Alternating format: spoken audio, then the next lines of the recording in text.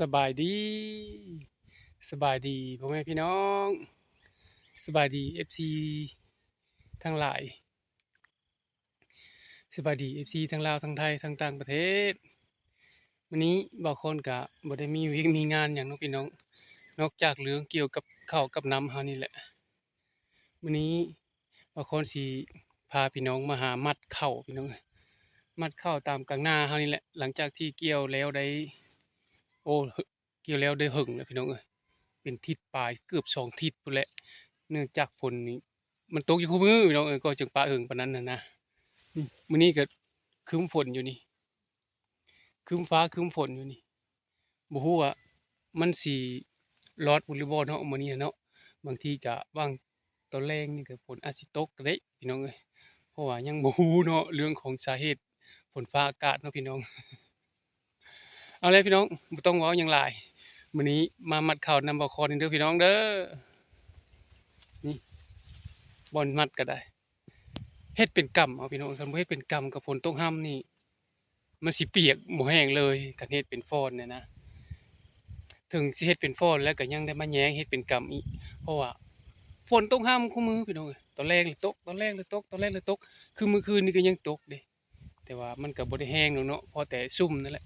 สวยๆมามันก็แห้งไปพี่น้องไปมัดข้าวนำกันพี่น้องไปมัดข้าวพี่น้อง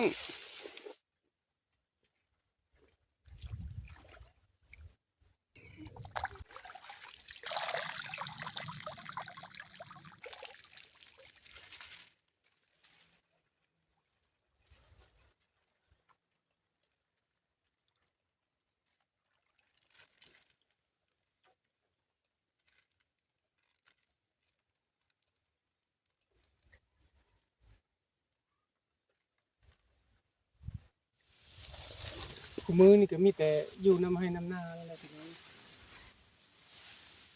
ไปปั้นข้าวปั้นน้ำกับป้าให้เขาไป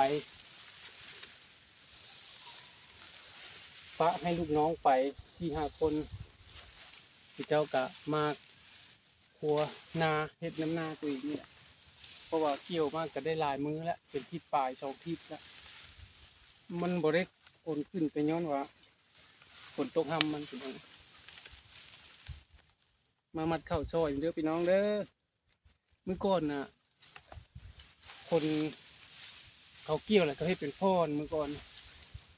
วังหลังๆนี่ฝนตกก็มาแยกเฮ็ดเป็นกำแบบนี้มื้อนี้แหละมันสีคล้ายๆแน่มันสีมั่งๆแน่เลยมามัด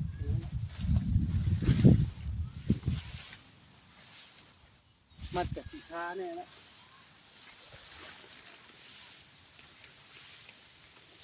4 กำ 5 กำเฮ็ดเป็นมัดหนึง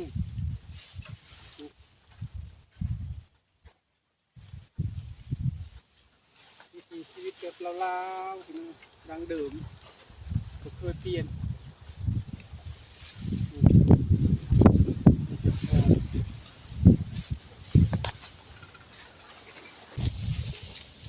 บ่ฮู้ว่าสิตกหรือบ่ตกฝนมื้อนี้ก็ได้คันฝนตกมันก็บ่ได้ฮือขึ้นแล้วเปียกอีกแล้วเวรกรรมของชาวนาพี่น้องแต่ก่อนนี้ตกเดือน11 12นี่บ่มีแล้วฝนให้นาแต่เดี๋ยวนี้นี่มันเปลี่ยนไปหลายแต่ก่อนนี่หนาวแยกๆๆๆเดี๋ยวนี้ฝนตกลิ้นแยกๆนี่4-5 กำเฮ็ดมัดหนึงอันนี้ก็เอิ้นว่าฟ้อนข้าว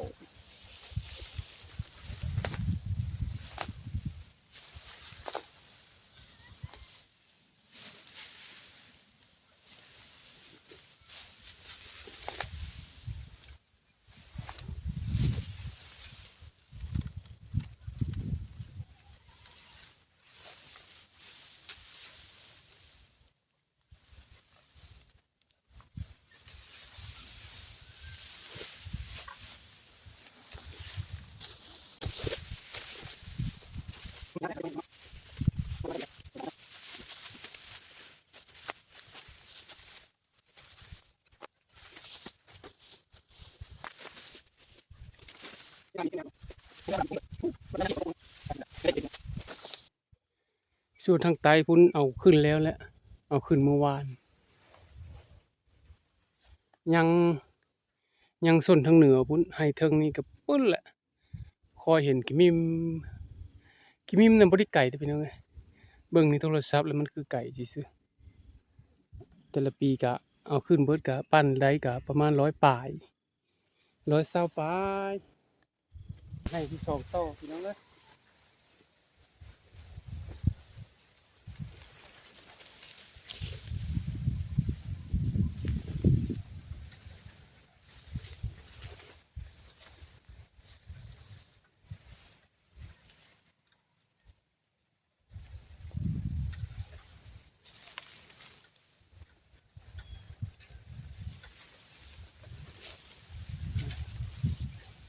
อันนี้เขาเอิ้นว่าเฮ็ดเป็นโพนไว้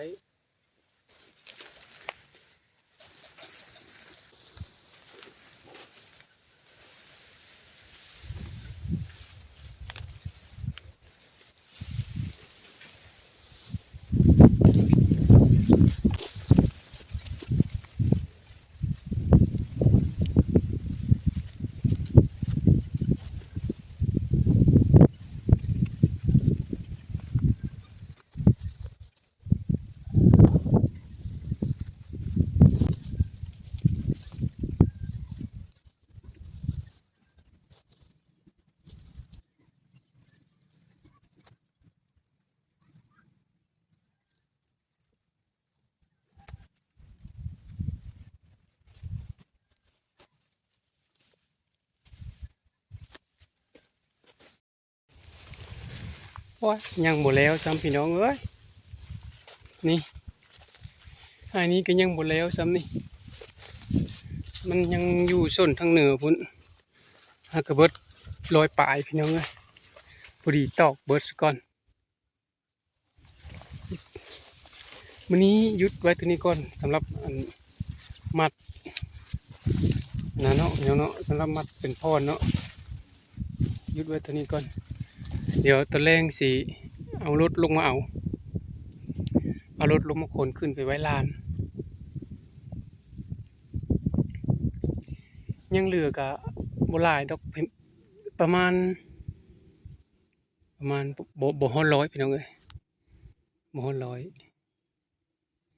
เดี๋ยวมื้ออื่นมามัดต่อสำหรับไห้นี้มื้อแลงขนขึ้นไว้ลานพี่น้องเอ้ยขึ้นไปหากินข้าวกินน้ำก่อนมันสอยแล้วตอนนี้ก็อันนี้มันบ่มีแดดเด้อมื้อนี้มันครึ้มฝนพี่น้องเอ้ยโอ้ครึ้มฝนมื้อนี้ฝนบ่มีแดดเลยตั้งแต่เช้าไปขึ้นกินข้าวก่อนพี่น้องเอ้ยตอนแรงลงมาขนเอา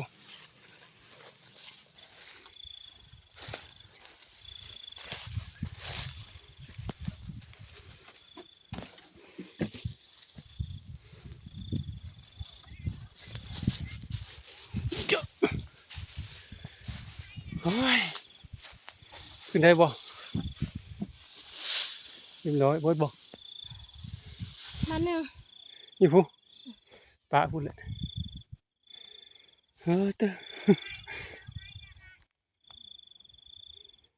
ยังเทิงบ่นี่เนาะจักที่ลงเอาใส่พุ่น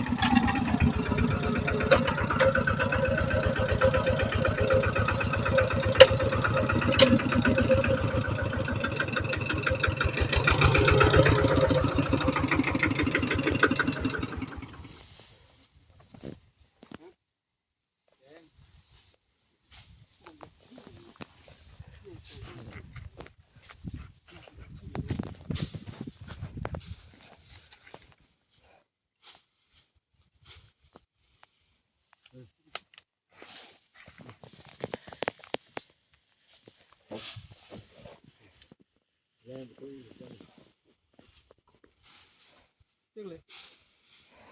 นี่นั่นคือบุ้มีนะที่จำเราจับที่4ที่5ที่6นี่ที่7ที่8นี่อายุเลยตรงนี้ นี่มาอยู่เลย